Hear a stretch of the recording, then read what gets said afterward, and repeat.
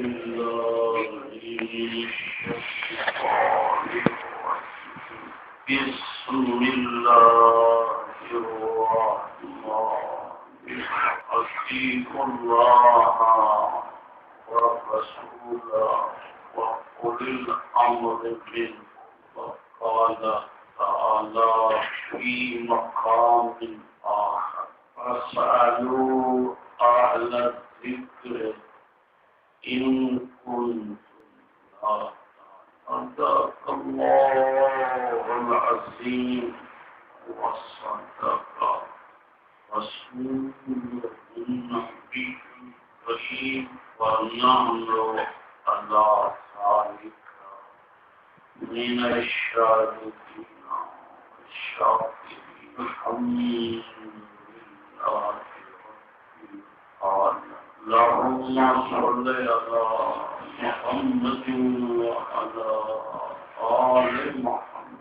كما صليت على إبراهيم وعلى آل إبراهيم إنك حميد مجيد. اللهم بارك على محمد وعلى آل محمد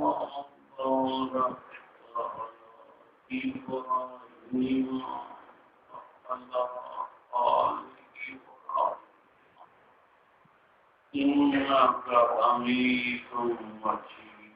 محترم سامعین، اللہ پاک نے قرآن مجید میں ارشاد فرمایا ہے تبیانا لکل شیء تفصیلا لکل شیء. یہ قرآن اس میں ہر چیز کا بیان ہے، ہر چیز کی تفصیل ہے. اس جملے سے بعض لوگوں کو دھوکہ لگا تو وہ یہ سمجھے کہ ایک ایک جزیہ، ایک ایک بات قرآن میں صاف صاف لکھی ہوئی ہے.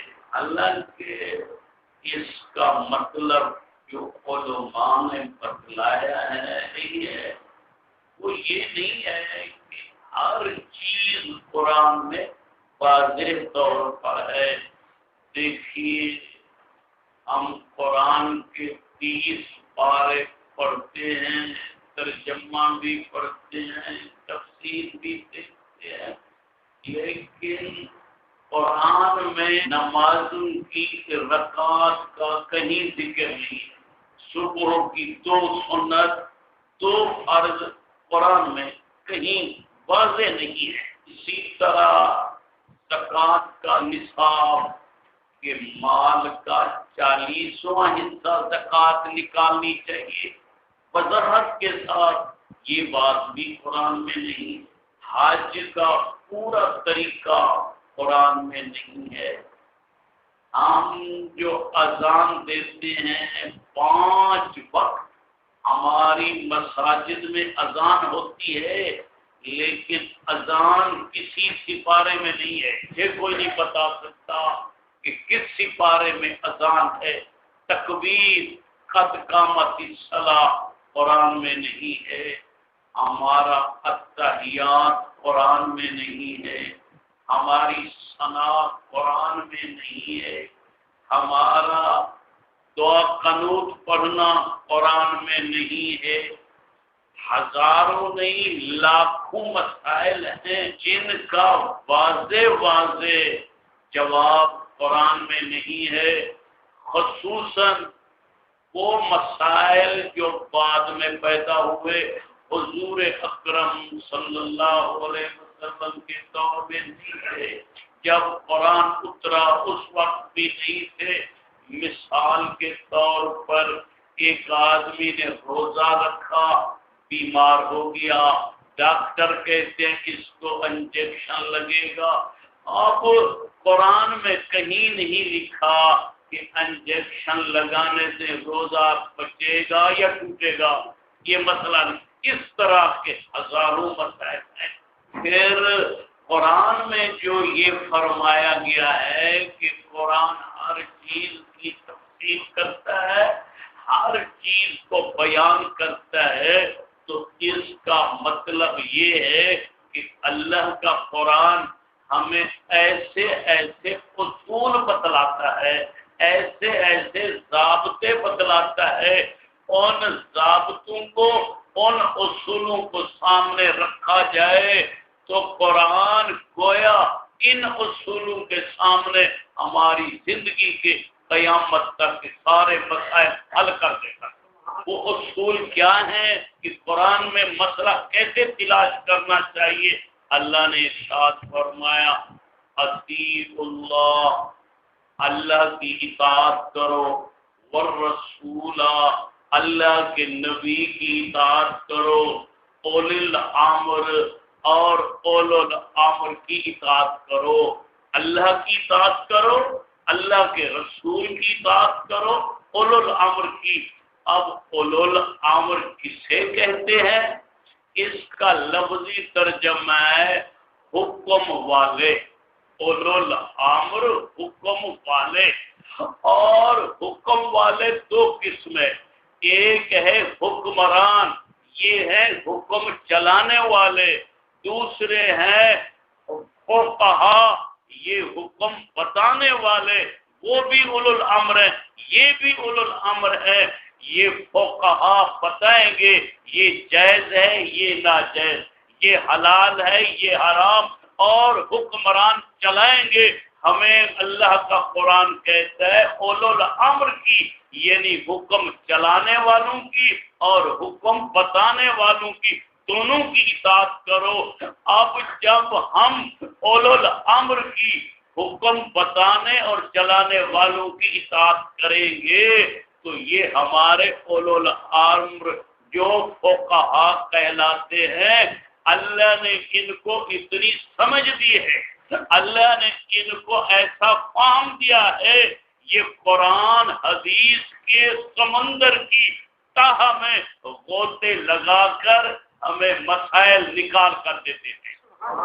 دیکھیے سمندر کی تہ میں جناب قسم و قسم کے موتی جواہرات رکھے ہوئے ہیں، لیکن نہ میرا کام ہے کہ غوطہ لگا کر موتی نکالوں، نہ آپ کا کام ہے۔ اگر میں اور آپ کوشش کریں گے کہ سمندر میں غوطہ لگائیں تو یقین رکھیے پتہ نہیں ہماری لاش بھی اوپر آئے گی یا نہیں آئے گی۔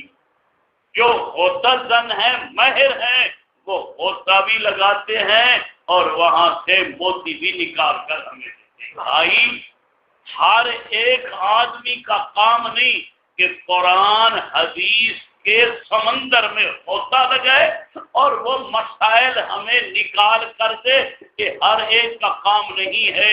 یہ کام امام ابو حنیفہ کا ہے، یہ کام امام محمد کا ہے، یہ کام امام ابو یوسف کا ہے، یہ کام امام شافعی کا ہے، امام مالک، جن کو اللہ نے فراست عطا کی ہے، فہم عطا کیا، وہ قرآن و حدیث کو سمجھ بھی سکتے ہیں اور اس کی تہ سے موتی بھی نکال دیتے ہیں۔ بھائی یہی حقیقت ہے کہ ہم نہ جاننے والے ہیں اور ہمارے فقہا جاننے والے ہیں، اور قرآن کہتا ہے لا یستوی الذین یعلمون والذین لا یعلمون، ایک ہے جاننے والا، ایک ہے نہ جاننے والا، یہ دونوں برابر نہیں ہو سکتے۔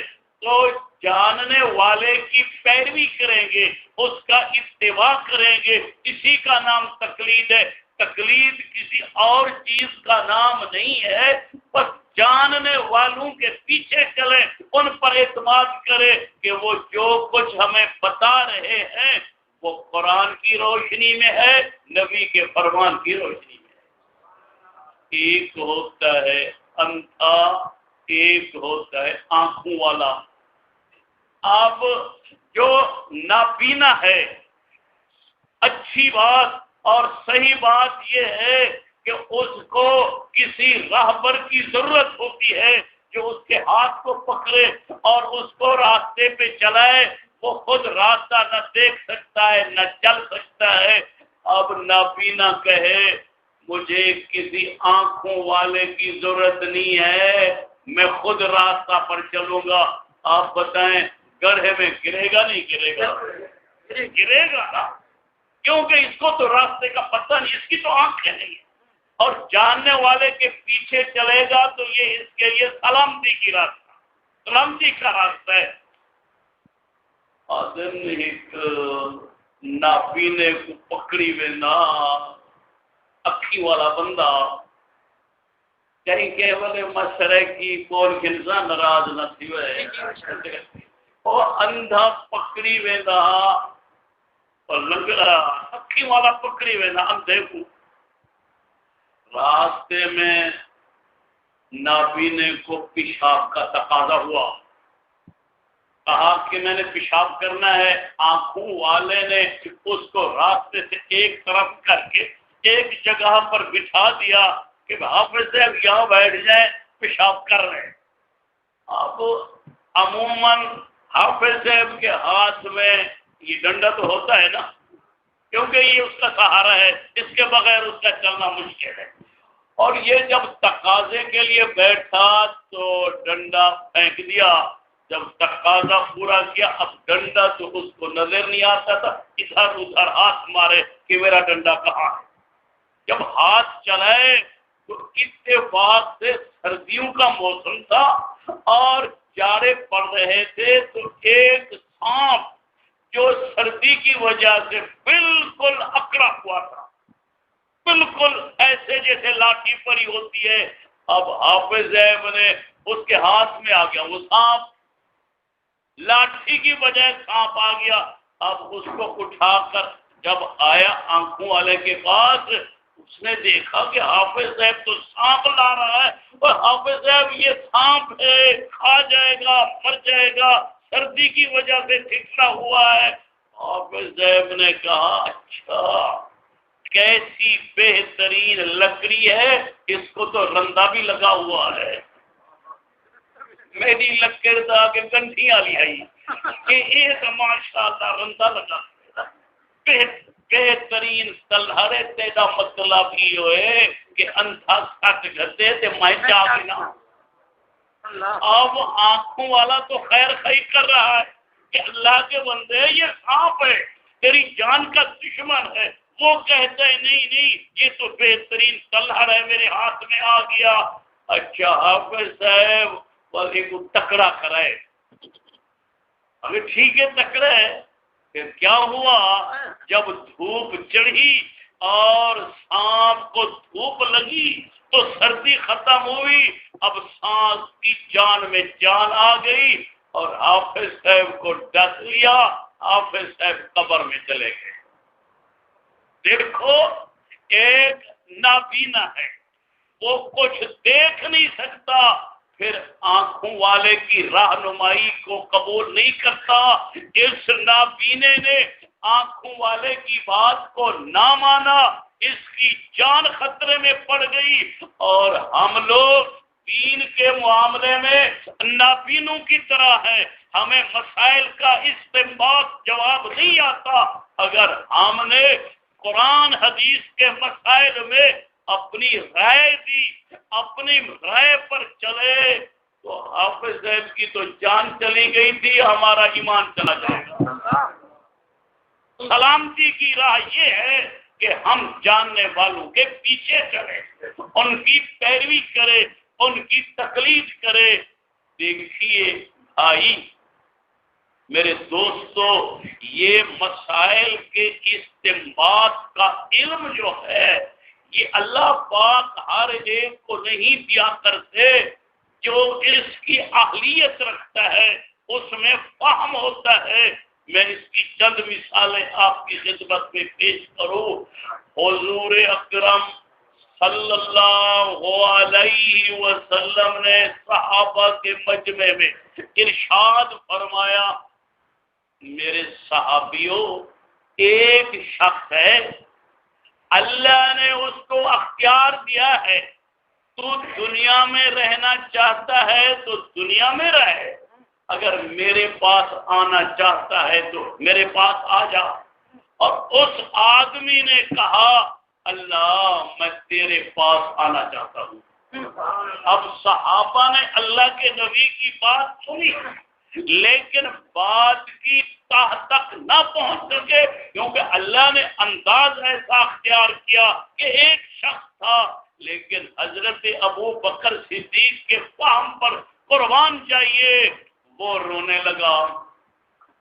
صحابہ نے کہا عجیب بات ہے، اللہ کا نبی ایک شخص کی بات کرتا ہے، ایک شخص ہے اس کو اللہ نے اختیار دیا۔ ابو بکر صدیق رونے لگا۔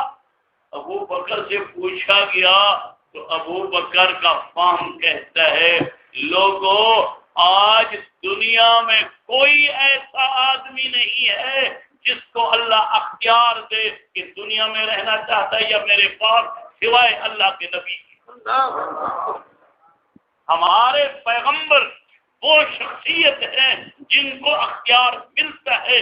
بے شک اللہ کے نبی نے عام بات کی ہے، پر یہ بات ہمارے نبی کی ہے، اور جب اللہ کے نبی نے کہہ دیا وہ بندہ اللہ کے پاس جانا چاہتا ہے تو ہم سے تو چلے جائیں گے۔ میں تو رو اس لیے رہا ہوں کہ اللہ کے نبی نے اپنے موت کی خبر دی ہے۔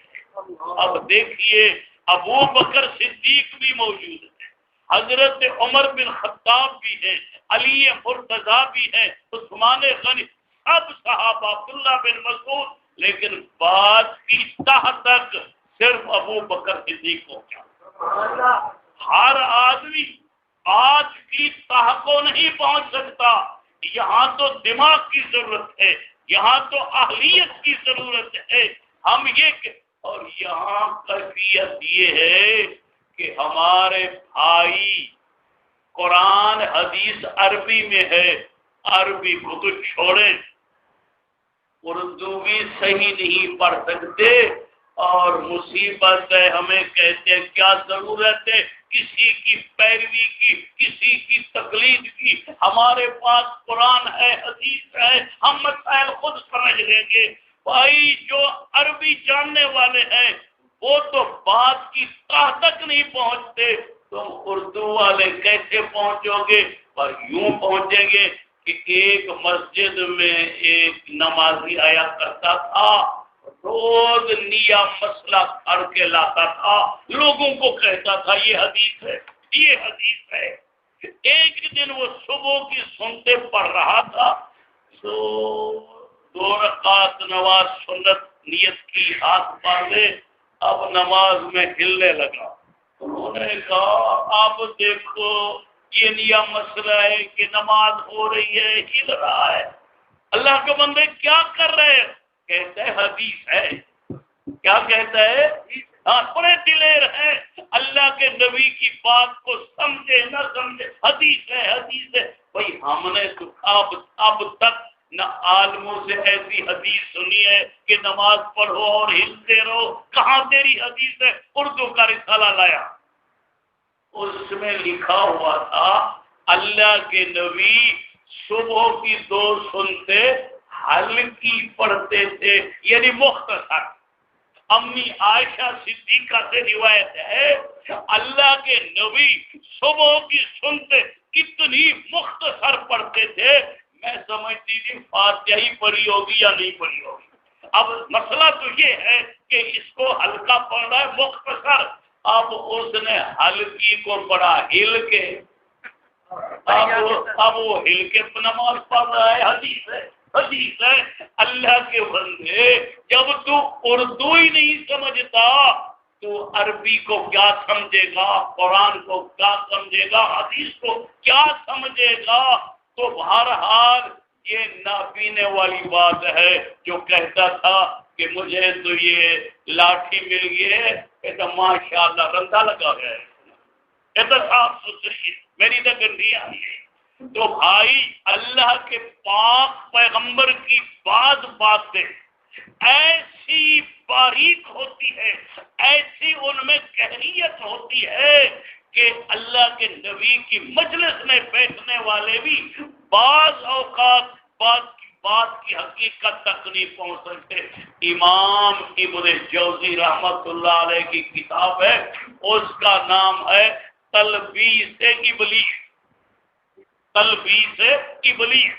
اس نے لکھا ہے کہ شیطان جو ہے یہ دکانداروں کو اس طرح دھوکے دیتا ہے، آل حدیثوں کو اس طرح دھوکے دیتا ہے، صوفیاء کو اس طرح، وہ شیطان کے سارے دھوکے ہیں.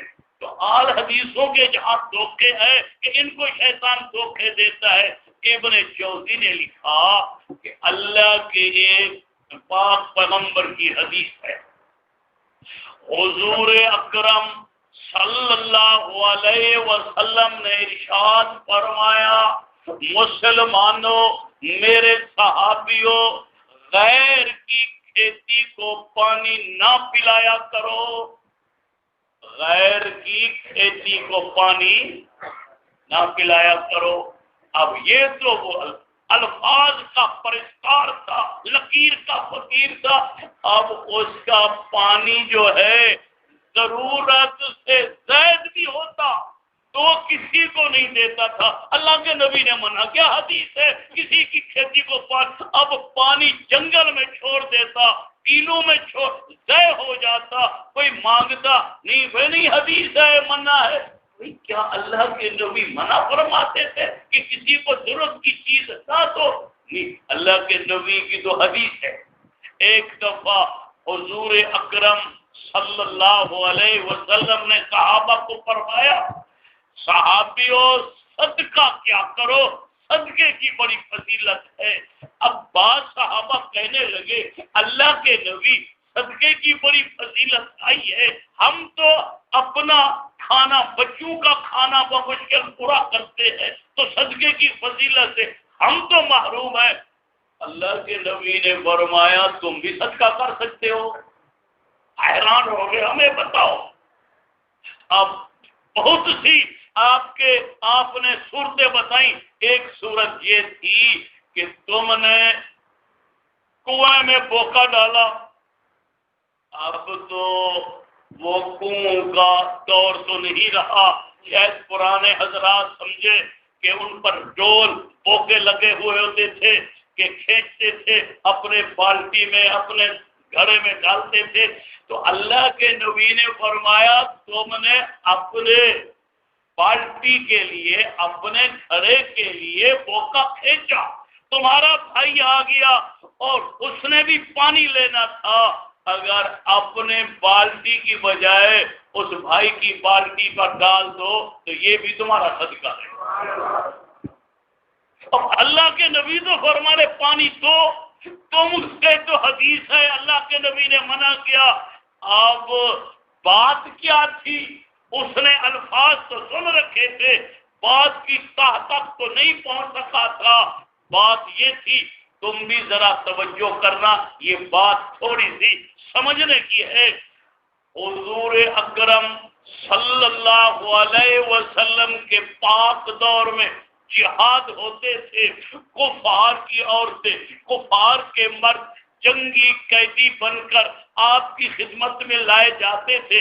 اللہ کے نبی جنگی قیدیوں کو تقسیم کرتے تھے، بھئی یہ تیرا غلام ہے، یہ تیری باندی ہے، تم اس کو لے جاؤ، تم اس کے لے جاؤ. اور باندی کو اللہ کے نبی دے دے، امیر المومنین دے دے تو گویا دے دینا نکاح ہے.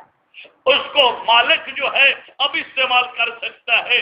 لیکن بعض اوقات وہ باندیاں جو کفار سے آتی تھی وہ پیچھے سے حاملہ ہوتی تھی.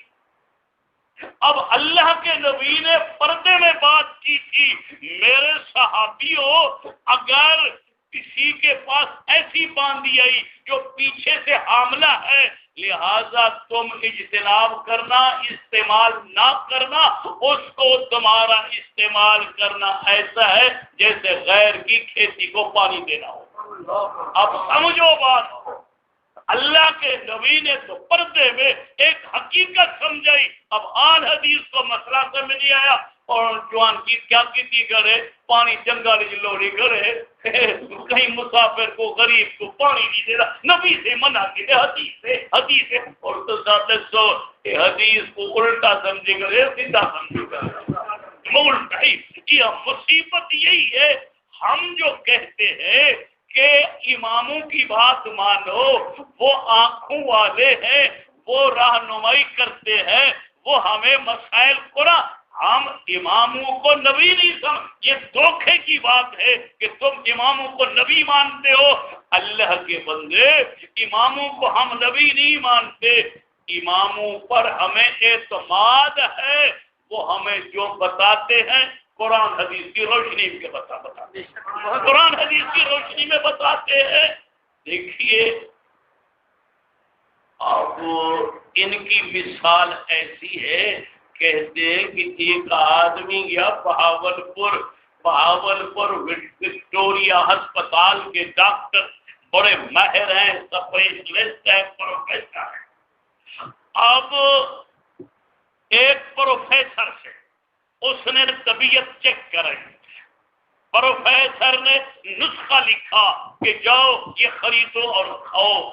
اب یہ کہتا ہے، مریض کہتا ہے کہ میرے گاؤں میں، میری گلی میں بابا نسوار بیچنے والا بیٹھا ہے، یہ پروفیسر کا نسخہ میں اس کو دکھاؤں گا، اگر وہ کہے گا صحیح ہے تو استعمال کروں گا، نہیں تو پھر بابے نسوار والے سے میں دوائی لے کر کھاؤں گا۔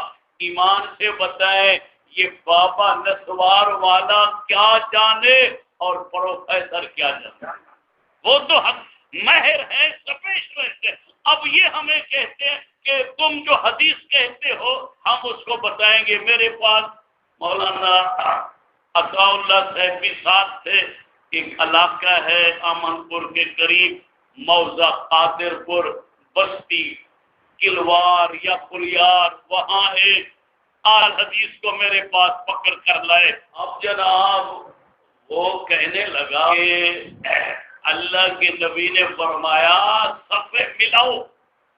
میں نے کہا پوری حدیث پڑھو، اللہ کے نبی نے فرمایا کہ تمہارا ٹخنا دوسرے بھائی کے ٹخنے کے محاذ پر ہو، تمہاری پنڈلی دوسرے بھائی کی پنڈلی کے محاذ پر ہو، اور تمہارا کندھا تمہارے بھائی کے کندھے۔ ملانا تو یہ ہے جن جن اعضاء کا اللہ کے نبی نے بتایا ان کو ملاؤ، تو تم کیسے ملاتے ہو؟ وہ کہنے لگا ہم ٹانگیں چوڑی کر کے ملاتے ہیں۔ میں نے کہا مجھے حدیث دکھاؤ، اللہ کے نبی جی تھا کہ وہ چٹے پڑھتے نماز پڑھو، چٹے پٹا دادا کہ نہیں یہی کہہ رہا۔ اور میں نے اس کو کہا اللہ کے بندو تم جتنے پاؤں کھلے کرو گے کندھے اتنے دور ہوں گے، تجربہ کرو، جتنے پاؤں کھلے کریں گے۔ اللہ کے نبی نے تو فرمایا ہے ٹخنا ٹخنے کی صحت پر، کندھا کندھے کی صحت، لہذا صفوں کو یہ۔ جب وہ لاجواب ہو گیا تو کہنے لگا اچھا میں اپنے امام کو پوچھتا، وہ اساں اپنے امام کو پوچھو تو اساں کافر تے مشرک پر، تساں اپنے امام کو پوچھو تو بلا تساں نہ کافر پر دو نہ مشرک۔ آج کلو 1300 سال پہلے امام ابو حنیفہ دا دور ہے، ساکوت عادت ابو حنیفہ دی تقلید نہ کرو تے آپ اپنے مسیح دے امام میں بھی پیروی تے غلامی کرے گا، جی میں امام آ کے ہوئے کرے تھے۔ بچہ ایک آدمی جانتا ہی نہیں ابو حنیفہ کی نہیں مانے گا تو اپنے مسجد کے امام کی مانے گا، اپنے مولوی مفتی کی، لہذا ماننا تو ضروری ہے۔ ایک کہنے لگا مجھے کہ تم نے کلمہ نبی کا پڑھا ہے یا ابو حنیفہ کا؟ تم نبی کے امتی ہو یا ابو حنیفہ کے؟ ہم تو محمدی ہیں، ہم تو محمد کے ہیں، تم تو حنفی ہو، تم ابو حنیفہ کے ہو۔ میں نے کہا درست بات ہے، لیکن مجھے یہ بتا دے کہ تو آدم علیہ السلام کا بیٹا ہے یا اپنے باپ کا بیٹا ہے؟ میرے سوال کو سمجھو، باپ کا ہے یا آدم علیہ السلام کا؟ اگر کہتا کہ آدم کا ہوں باپ کا نہیں ہوں تو اگلے کیا کہیں گے؟ جو کہ میں باپ کا نہیں ہوں، وہ کیا ہوگا؟ اگر کہتے باپ کا ہوں آدم کا نہیں ہو تو پھر آدمی نہیں ہے، جو آدم کا نہیں آدمی، تو پریشان ہو کر کہنے لگا میں آدم کا بھی ہوں، اپنے باپ کا بھی ہوں۔ میں نے کہا ہم محمدی بھی ہیں، ہم حنفی بھی ہیں۔ نعرہ تکبیر، مسلک علماء دیوبند، سبحان اللہ۔ دیکھو محمد ہماری بڑی نسبت ہے، ابو حنیفہ ہماری چھوٹی نسبت ہے۔ چھوٹی نسبت سے بڑی نسبت کی نفی کب ہوتی ہے؟ آپ کو اللہ تعالی حج پہ لے جائے، وہاں پوری دنیا کے مسلمان ہوتے ہیں، وہاں جو تعارف ہوگا کہاں کے، وہ کہے گا میں ہندوستان سے ہوں، تم کہو گے ہم پاکستانی ہیں، کیونکہ وہاں تو ملک کے ذریعے تعارف ہوگا کہ ہم پاکستانی ہیں۔ اب آپ آ جائیں پاکستان میں تو آپ سے پوچھیں کہ آپ کہاں کے ہیں، تو یہاں کہیں گے میں پاکستانی ہوں۔ یہاں تو سارے پاکستانی ہیں، پاکستانی نہیں کہنا، یہاں کہنا ہے میں بہاولپوری ہوں، اور وہ کہے ایک بات کہو، یا کہو پاکستانی یا کہو بہاولپوری۔ آپ بتائیں یہ عقل کی بات ہے؟ تضاد ہی نہیں ہے۔ ہم بڑی نسبت کے لحاظ سے پاکستانی ہیں، چھوٹی نسبت کے لحاظ سے بہاولپوری ہیں، اسی طرح ہم بڑی نسبت کی وجہ سے ہم محمدی ہیں، چھوٹی نسبت کی وجہ سے ہم حنفی ہیں، ہم حنفی بھی ہے، ہم حنفی بھی ہے۔ تو بہرحال فہم چاہیے، سمجھنا چاہیے۔ یہی امام ابن جوزیہ تلخیص ابلیس میں ایک اور حدیث لکھتے ہیں۔ ایک جناب آل حدیث صاحب تھے، اس کے سامنے اللہ کے نبی کی حدیث ہے، نہا رسول اللہ صلی اللہ علیہ وسلم انل ہیلا کے یوم الجمعہ، اللہ کے نبی نے جمعہ کے دن نماز جمعہ سے پہلے حلقہ بندی سے منع فرمایا۔ تم آؤ جمعہ پڑھنے کے لیے تو ذکر میں بیٹھو، تلاوت میں بیٹھو، حلقے نہ بناؤ، جماعتیں نہ بناؤ، ہماری سرائکی زبان میں ٹویا نہ بناؤ، جمعے کے جو آؤ ٹویا نہ بناؤ، ذکر فکر چلے امام خطبہ رہے خطبہ سنو۔ اب لفظ حدیث کا ہے لفظ، اللہ کے نبی نے حلقہ بندی سے منع کیا، تو علم کا تو زور تھا اس کو، تو اس نے کہا نہا رسول اللہ صلی اللہ علیہ وسلم انل حلق یوم الجمعہ، اللہ کے نبی نے جمعہ کے دن سر مڈانے سے منع کیا۔ وہ اللہ کے بندے یہ تو حلق ہے، حلقہ بندی سے منع کیا۔ اچھا مجھے تو 16 سال ہو گئے، میں نے جمعہ سے پہلے سر کبھی نہیں منایا کہ اللہ کے نبی نے منع کیا۔ بھائی سمجھو، اللہ کی نبی کی بات کو سمجھنے کے لیے عام آدمی کا کام نہیں ہے، فہم چاہیے، عقل چاہیے۔ بعض اوقات معاملہ یہاں تک ہوتا ہے، کہتے ہیں کہ امام ابو حنیفہ رحمۃ اللہ علیہ کے استادوں میں سے ایک محدث ہے جن کا نام ہے امام اعمش، لاکھوں حدیثوں کے حافظ ہیں، ابو حنیفہ کے استاد ہیں امام اعمش، اور اعمش کے معنی ہے جس کے منہ پہ چھائیاں ہوں، وہ ماتا ایک مرض ہوں گے چیچک اگے عام ہوں گی ہوں، حکومت ساری دوا علاج کا وہ ختم کر رہی تھے، وہ بیچارے دے منہ دے ماتا دے داغ، شکل بھی کوئی سونی کہ نہیں، یہ کچھ ہے جی ہاں کہیں کو سختی پچا ان کو رشتہ چاری دونے ان شکل دا سونا کہیں نہیں، بلا ایو جے کوچھے ہونے نا کبڑی بھی ڈاٹے ہونے، عورت کو تنگ کی کرا، پریشان کی کرا، عورت کہیں طرح چاہیے کہ میں بھی جان کروں، جان چھڑاواں۔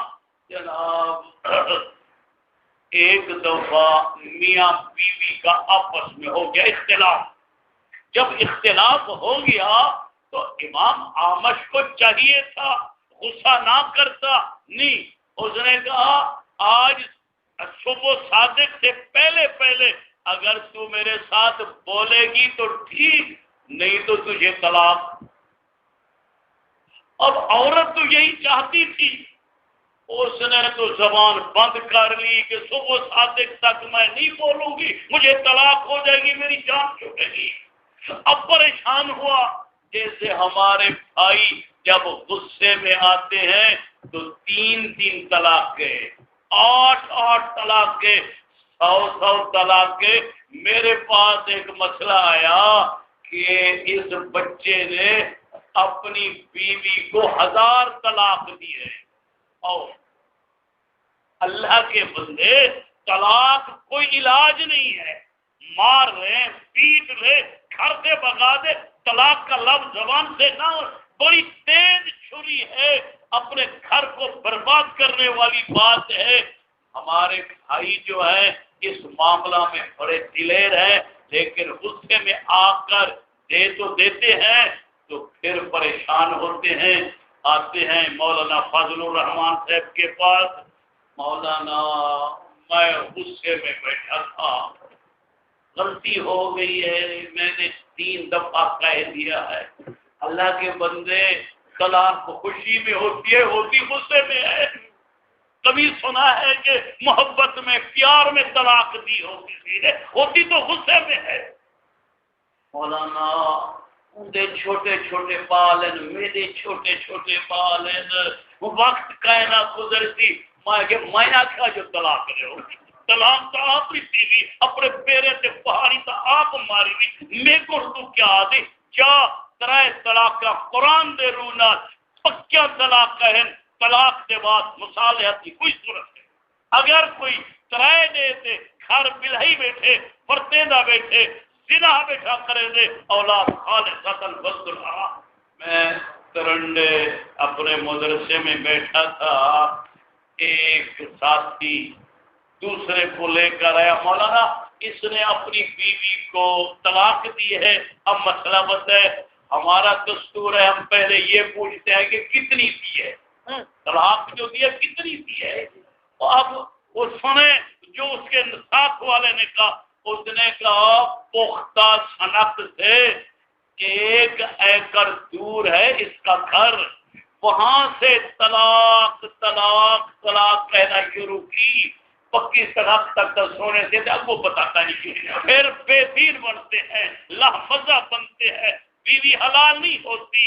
حلالہ بھی ہم اس حلالے کے قائل نہیں ہیں جو مروج ہے کہ مشروط نکاح ہوتا ہے، حلالہ تو قرآن میں ہے۔ یہ بعض لوگ ایسے ہیں جو حلالے کا مذاق اڑاتے ہیں، بھائی قرآن میں ہے فَإِن طَلَّقَهَا مِن بَعْدُ فَلَا تَحِلُّ لَهُ حَتَّى تَنكِحَ زَوْجًا غَيْرَهُ۔ یہ حلالہ قرآن میں ہے، حلالے کا مذاق کرنے والا قرآن کے ساتھ مذاق کر رہا ہے۔ حلالہ یہ ہے عورت کو 3 طلاقیں مل گئی، اس مرد سے فارغ ہو گئی، اب کسی کے ساتھ اس کا نکاح ہوا، اتفاقاً وہ مر گیا یا نبھا نہیں ہو سکا، اس نے طلاق دے دی اتفاق سے۔ یہ ہے قرآنی حلالہ، شرعی حلالہ۔ میں یہی سمجھتا ہوں جو قرآن والے حلالے کا مذاق اڑاتا ہے وہ گویا قرآن کے ساتھ مذاق کرتا ہے، جو قرآن کے ساتھ مذاق کرے اس کا ایمان نہیں بن سکتا۔ حلالہ قرآن سے ثابت ہے، لیکن جو طریقہ قرآن نے بتلایا وہی ہونا چاہیے۔ تو میں عرض یہ کر رہا تھا کہ امام اعمش بات یاد ہے نا، بیوی پر جو غصے ہو کر طلاق دے دی 3 طلاقیں، اگر صبح سے نہ بولے گی صبح تک، تو عورت نے چپ کر لی کہ نہیں بولوں گی میں، مجھے طلاق ملے گی۔ اب پریشان ہوا کیا کروں، طلاق تو دے دی۔ امام ابو حنیفہ رحمت اللہ علیہ کے پاس ہے، استاد ہے، شاگرد کے پاس ہے، استاد سمجھتا ہے کہ ایسے مسائل مجھ سے حل نہیں، یہ ابو حنیفہ حل کرے گا۔ کیوں کہ ہر ایک کا فن ہوتا ہے، آج حدیثوں کا فن ہے، حدیثوں کو جمع کرنا، حدیثوں کو اکٹھا کرنا اور حدیثوں سے مسائل نکالنا، یہ تو فقہاء کا کام ہے، امام ابو حنیفہ کا کام ہے۔ امام صاحب کے پاس آ کہنے لگا حضرت مجھ سے غلطی ہو گئی، میں نے اپنی بیوی کو 3 طلاقیں دے دی ہیں کہ صبح تک نہ بولی تو تجھے طلاق، اب وہ بولتی نہیں، میں کوشش کر رہا ہوں مانتی نہیں، اور صبح صادق ہوگی تو طلاق ہو جائے گی، میں کیا کروں؟ قربان چاہیے امام ابو حنیفہ کی فقہ پر۔ دیکھو مسئلے کو کیسا حل کیا۔ امام صاحب نے فرمایا استاد جی آپ کی مسجد کا جو مؤذن ہے نا اس کو میری طرف بھیج دو، میں اس کو ایک بات سمجھا دیتا ہوں تو بیوی کو طلاق نہیں ہوگی، بچ جائے گی۔ ٹھیک ہے۔ جب مؤذن آیا تو امام صاحب نے اس کو کہا بھائی مسئلہ یوں ہے کہ عورت پر طلاق پڑ جائے گی، امام آمش کو کوئی رشتہ نہیں دے گا، اس کی بیوی کو بچانا ہے، پھر کیسے بچائیں آپ بتائیں۔ امام صاحب نے کہا صبح کی اذان تو ہمیشہ صبح صادق کے وقت دیتا ہے، پرا باق جاتی ہے نا صبح صادق ہوتے تو دیتا ہے۔ کہنے لگا جی ہاں میں تو صبح صادق۔ بھائی اگر آج تو نے یہ اذان صبح وقت صادق کے ٹائم دی تو طلاق تو پڑ جائے گی۔ اب یوں کر نبی علیہ السلام کے شروع زمانے میں، آخر تک نہیں شروع زمانے میں کبھی کبھی تہجد کی اذان بھی ہوتی تھی، تہجد کی اذان بھی، لہذا تو نے وہ صبح کی اذان نہیں دینی، پرا باق والی اذان نہیں دینی، تو نے اذان دینی ہے صبح صادق والی نہیں، وہ تہجد والی۔ جب تہجد والی اذان تو دے گا عورت سمجھے گی کہ صبح کی ہے، کیونکہ تہجد کی اذان کا تو رواج نہیں تھا، وہ تو موقوف ہو چکا تھا۔ اب وہ عورت وہ تو پہلے سے تیار تھی، اپنا سرے کی زبان مٹی موڑا تھا بدھی بیٹھی ہے جو جہان چھوٹے انتظار اذان کی بیدا۔ اب اس نے بانگے نے تہجد کے ٹائم صبح صادق سے پہلے ٹائم اذان دے، اب اذان دینا تھا، عورت نے اپنا سامان سر پہ رکھا، اچھا بوڑھے مجھے اجازت۔ اس نے بازو پکڑا، اب یہ اذان جو ہے صبح صادق کی نہیں ہے، یہ تو تہجد کی ہے، اب تو تم میرے ساتھ بول چکی ہے، لہذا میری قسم بھی ختم ہو گئی۔ ایک تو بات سمجھانا ہمیں جانا ہر آدمی کا کام نہیں ہے۔ کہتے ہیں ایک مجلس میں بہت بڑے اہل حدیث جمع تھے جن کو لاکھ حدیث یاد ہے، وہ کہتا ہے مجھے 1.5 لاکھ حدیث یاد ہے، وہ کہتا ہے مجھے 2 لاکھ حدیث، 5 لاکھ حدیثیں یاد کرنے والے بیٹھے تھے۔ اب ایک عورت آ گئی، مردہ عورتوں کو غسل دیا کرتی تھی، مردے کو دھویں دین تھی، مردے کو مرد عورتیں کو عورتہ، وہ غسل دیا کرتی تھی۔ اب وہ عورت آ کر ان محدثین سے جو 5 لاکھ کے حافظ بیٹھے ہیں اور اسے مسئلہ پوچھتی ہے کہ اے آل حدیثوں مجھے مسئلہ تو بتاؤ۔ میں کہا اماں کیا مسئلہ ہے؟ مسئلہ یہ ہے کہ بعض اوقات میں ماہانہ عارضے میں مبتلا ہوتی ہوں، عورت کو اللہ نے کمزوری لگائی ہے، ہر مہینے اس میں مبتلا ہوتی ہے، نہ نماز کے قابل، نہ روزے کے قابل، نہ قرآن کی تلاوت کے قابل، میں ماہانہ عرضے میں ہوتی ہے، ادھر فوتگی ہو گئی، اس کو غسل دینا ہے۔ اب میں اس حالت میں مردہ عورت کو غسل دے سکتی ہوں یا نہیں دے سکتی؟ مسئلہ تو پوچھنے والا ہے۔ ضرورت کیا ہے کہ جب غسل دینے والا خود ناپاک ہے وہ اس کو پاک کرے گا یا نہیں کرے گا؟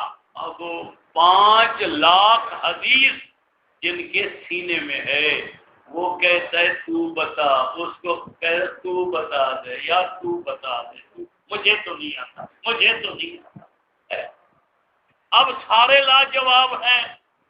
تھوڑی دیر گزری، ایک فقیہ گزرا جن کو اللہ نے دین کی سمجھ عطا، جو قرآن حدیث کے سمندر میں ہوتے لگا کر مسائل کے موتی نکال کر دینے والا۔ اتحاد کیا ہوتا ہے؟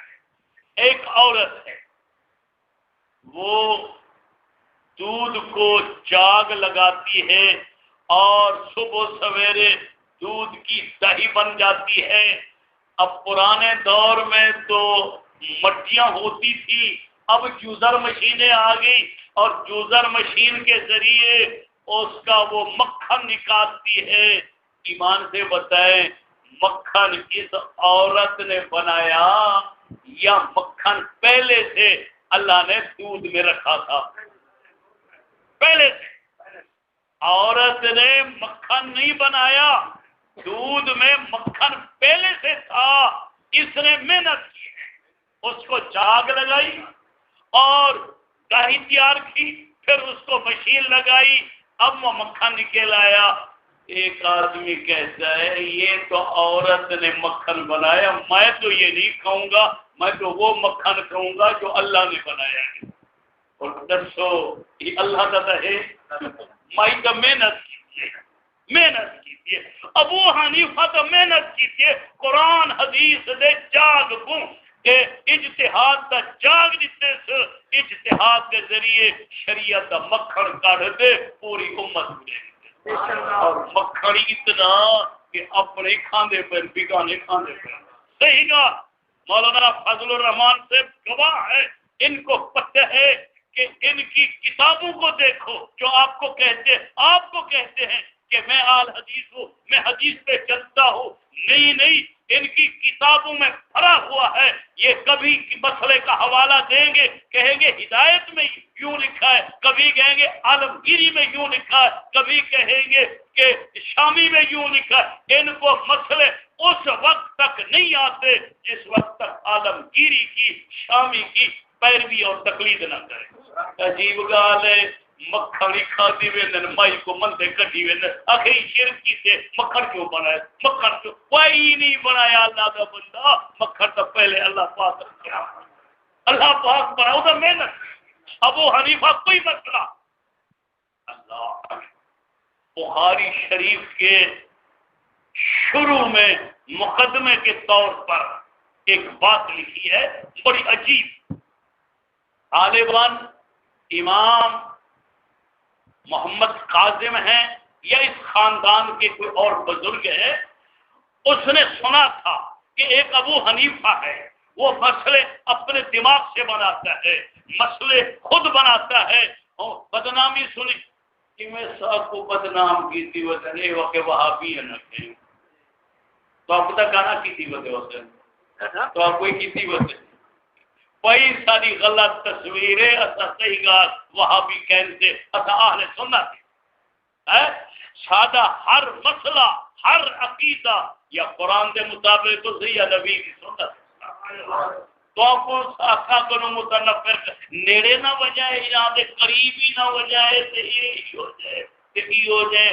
مولانا دوست محمد سے قریشی ساری جماعت سے بڑے عالم ہن وہ آدھر کہ ایک بادشاہ تجھی شادی کرے نہ پیا بلا اے بڑے لوگ جڑے رشتے ناتے کرے نہ ایک بے جا پہلے تصویرہ ایک دلہن دیے ایک دلہا دیے تصویرہ دے کر ہوں تو اوہ عام تھی گیا اوہ لوگ تصویر نہ رواج ہاں. اور تصویر جو آئی بادشاہ دی پہلی گھرانی دکھا تو بڑی حسین جمیل عورت ہے وہ ایک گھر آگے بادشاہ دا دل تو ادنا لگ ہوئے تھی. میں کو دور جان سیکھا ہے نا تو سوکڑی کو دا عورتہ برداشت نہیں کرے جا. وہ کیا کی تھا وہ تصویر دی سوئی نال آنکھ مٹا دیتی تی میں محسوس تھی وے جی میں کانی سوتی تھی آنکھ جو کر دی تو آئی تا تصویر بھی کارا نہ دیگا وہ دی آنکھ تا ٹھیک ہے. بادشاہ کو تصویر دکھائے ہونے وہ تا کانی ہے بادشاہ تھا وہ میرا رشتہ تا عیبدار عورت نال تھی گئے اور چلو شادی تک تھی گئی کہ جلے رات دا سمانا ہوئے بادشاہ گھر دائی کو آکے دائی دیوا پوچھا سٹ کانی ستی پئی ہے چنگی پھلی ہمیں تا اب یہ تا دیتا نہیں اور ریگن آتے دائی دیوا پوچھا سٹ کانی ستی پئی کیا کرا تو چاہتی تا صبر کی تو پچھو اپنا بھئی دکھاما کہیں طرح کو ایک دفعہ مردانہ لباس چاہا تو عورت ای والمردانہ لباس اتنا زیادہ خوبصورت مرد نظر دا کوئی پھل فروٹ چاہتے کہ میں بادشاہ دی دربار کچھری کو لنگی بادشاہ دکھا بڑا خوبصورت نوجوان ہے اپنی کو ساتھو آیا وہ کتھا رہنی اکھے سے ہونا ایسے تھی تیری نگری وچ کتھا رہا تو اکھے اندھارے بزارے وہ اگر دیوا بجھا سکتے اندھارا کر دیں گے اگے اندھارے بازار کے رات بادشاہ کا کوئی ہو سی اندھارا بازار لیکن بادشاہ اتنا سارا کچھ بھی خوبصورت ہے لیکن دماغ ہی تک کھڑی ہے جو کہانی ہے وہ تو نہ نکتی بلا جو اگے دئی دیوا بجھا کر کہانی سنتی ہے وہ آگے پکا بادشاہ ہے مائے کو دکھائی میں پھرے بلا کان بلا ایک دفعہ بلا ویٹ لباس گئی پھل فروٹ کٹن پہ آئی تو وہ بھی بڑے خاندان دی کو ڈاٹا نہ آتا کٹن جو کوئی انگلی چھری نال چاقو نال کٹی پہ لہو نکلتا بادشاہ کا ان حسن جمال سے فریفتہ کیا کرا پیچھے کٹیج کے بادشاہ بڑا بہترین رومال آجا پٹی بنائی بات جیتی بلا جو بلیا اخر تئی دیوا پوچھا ہے پانی سنی بلائی نہ سمجھائے پیچھے عورت ہی نے کو ٹھاک دے آگے دائی میں کو درد ہے دایاں وجہ نام مراد ہونے نو آگے والا آپ کٹے آتا ہے کیوں کٹیا بادشاہ آگے وہ تو وہ عورت ہے جی میں کو کٹاتے دے نہیں پیتے ہوں آپ سیٹی واپالوں میں دیتا دائی آگے میں نہیں بلن دیا اپنا آپ اٹھاتی واپالے ہوتا بے اے وہی ٹھیک ٹھاک آئی تصویر کیا آیا آخر دیکھ میں کو دکھائے نے تصویر چیزی حق کہنی کھائیے بادشاہ ٹھیک ہے میرے مخالف میری تصویر تے کو غلط دکھائی ہے لیکن تو ہی تو دیکھے آنا تو آمن کو روپے ہے دیوا بجھا کر دہی سوتی پئی ہے کھانی سوتی پئی ہے تو بھائی ساری تصویر تو آپ کو غلط دکھائی گی صحیح گال وہاں بھی بڑا تھے پتہ نہیں کیا کچھ اچھا نبی کو منن والے اچھا صحابہ کو منن والے اولیاء کو منن والے بزرگے کو منن کاکا اچھا ہر چیز کو منے ہر نیکی کو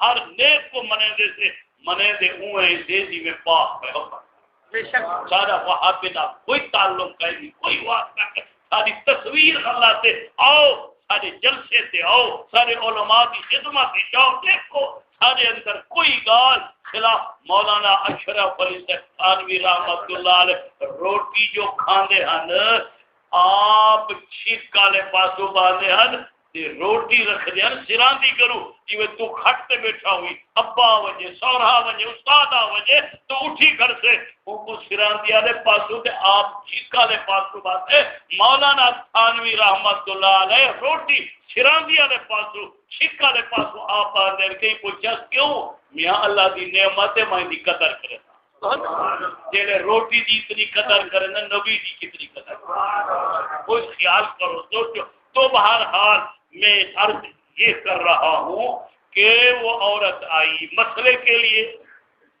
مسئلہ یاد ہے مردہ عورتوں کو میں غسل دے سکتی ہوں یا نہیں دے سکتی یہ مسئلہ تھا نا اب آل حدیث لا جواب ہے مسئلے کا جواب ان سے نہیں ہے اب فقی آ گیا کہنے لگے اماں اس سے پوچھو یہ جانتا ہے وہ اس کے پاس چلی گئی اس نے فوراً کہہ دیا کہ اماں چاہے تو خود ناپاک ہو مردہ عورتوں کو غسل دے سکتی ہے جب فقیہ نے بتایا تو یہ سارے اہل حدیث چڑھ گئے ثبوت دو کہاں لکھا ہے ثبوت یہ مسئلہ نہیں جانتے بس ثبوت پوچھنے کے بڑے بادشاہ ہیں بڑے بادشاہ ایک اہل حدیث کرو پوچھا ایک عورت ابا وچ ککڑ ون پی تے مر گئی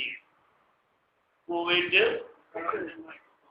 اور دسیا بھائی اتنے پوکے کڈو کو اگے اماں کج سٹیا کیوں گئی ککڑ جواب آوے تا اگے کو کج سٹیا اللہ کے بندے تمہیں یہی شوق ہے کہ ثبوت دو تم ثبوت لینے کے تو بڑے دلے ہو مسئلہ کیوں نہیں بتاتے قرآن حدیث کا یہ میرے پاس رسالہ ہے سوال گندم جواب چنا لیاقت پور میں ایک اہل حدیث نے جنازہ پڑھایا الحمد سورت پتہ نہیں کیا کیا جہر کیا پھر تصویریں کچھ کہا کیا میں نے اس نے جنازہ پڑھایا میں ذہن میں سوال بناتا رہا بھائی اس سے سوال پوچھنے ہیں اب وہ تقریباً 22 سوال ہو گئے، تو میں نے لکھا، خط لکھا اس کو کہ تو نے جس طریقے سے جنازہ پڑھایا ہے اللہ کے نبی کی حدیث سے ثابت کر، صحابی کی بات نہیں کرنی۔ ہم مانتے ہیں صحابی کو، ان کے نزدیک تو صحابی کی بات حجت نہیں، اس لیے تو جمعہ کی ایک اذان دیتے ہیں، دوسری نہیں دیتے۔ دوسری اذان تو حضرت عثمان کے زمانے میں شروع ہوئی۔ ہمارا عقیدہ یہ ہے کہ اللہ کے نبی نے جو کچھ کیا وہ بھی دین ہے، نبی کے صحابہ نے جو کچھ کیا وہ بھی دین ہے۔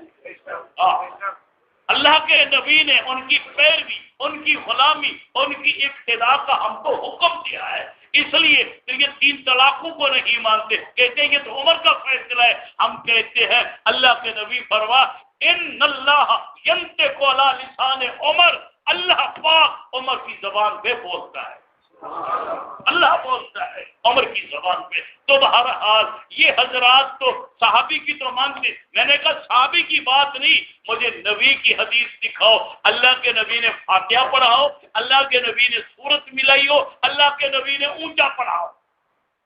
میری اس کتاب کو تقریباً 7-8 سال گزر گئے ہیں، رسالوں میں چھپی ہے، کتابوں میں چھپی ہے، آج تک کوئی غیر مقلد میری حدیث، میری کتاب کا جواب نہیں دے سکتا۔ نعرہ تکبیر، مسلک علماء حق علماء دیوبند۔ تو میں عرض کر رہا ہوں کہ فقیر نے کہا تو غسل دے سکتی ہے، یاد ہے نا مسئلہ، غسل دے سکتی ہے، دلیل پوچھتے ہیں۔ یہ فقہا جو ہوتے ہیں یہ بڑے فراخ دل ہوتے ہیں، یہ بڑے غسیل ہوتے ہیں، ان سے حدیث پوچھو تو غصہ ہو جاتے ہیں، پتہ نہیں آگ بگولا ہو جاتے ہیں۔ ہمارے فقہا ٹھنڈے دل سے ثبوت بھی دیتے ہیں، حدیث بھی دیتے ہیں، آج حدیث کی نشانی بھی کی ہے، ان سے ثبوت پوچھو گے تو یہ ناراض ہوں گے، یہ غصے ہوں گے، چھڑک دیں گے۔ ہمارے فقہا الحمدللہ اللہ کے نبی صحابہ کی پیروی کرنے والے فراخ دلی سے جواب دیتے ہیں اور مسئلے کو بالکل آسان طریقے سے حل کر دیتے ہیں۔ وہ تو فقیر تھا، وہ غصے تو نہیں ہوا، اس نے کہا الحدیثو، تمہارے اندر جو حدیثیں ہیں، تمہارے سینے میں جو ہے، انہی سے تو میں نے مسئلہ نکالا ہے، تمہارے اندر ہے، کہاں ہے ہمارے اندر؟ اور آپ نے اس نے حدیث پڑھی، اللہ کے نبی اعتکاف بیٹھے تھے، اللہ کے نبی مسجد میں بیٹھے تھے، آپ کا اعتکاف تھا، آپ کا مصلی مسجد سے باہر تھا، امی عائشہ کو فرمایا عائشہ یہ میرا مصلی باہر ہے، مجھے پکڑوا دیجئے۔ عائشہ نے کہا اللہ کے نبی انا حائض، میں تو ناپاک ہوں، میں تو ماہواری میں ہوں، میں آپ کا مصلی تو پاک ہے، میں کیسے پکڑوا دوں؟ اللہ کے نبی نے فرمایا حیضہ تو کہ لیست فی یادے کے، عائشہ تیرے ہاتھ پاک ہے۔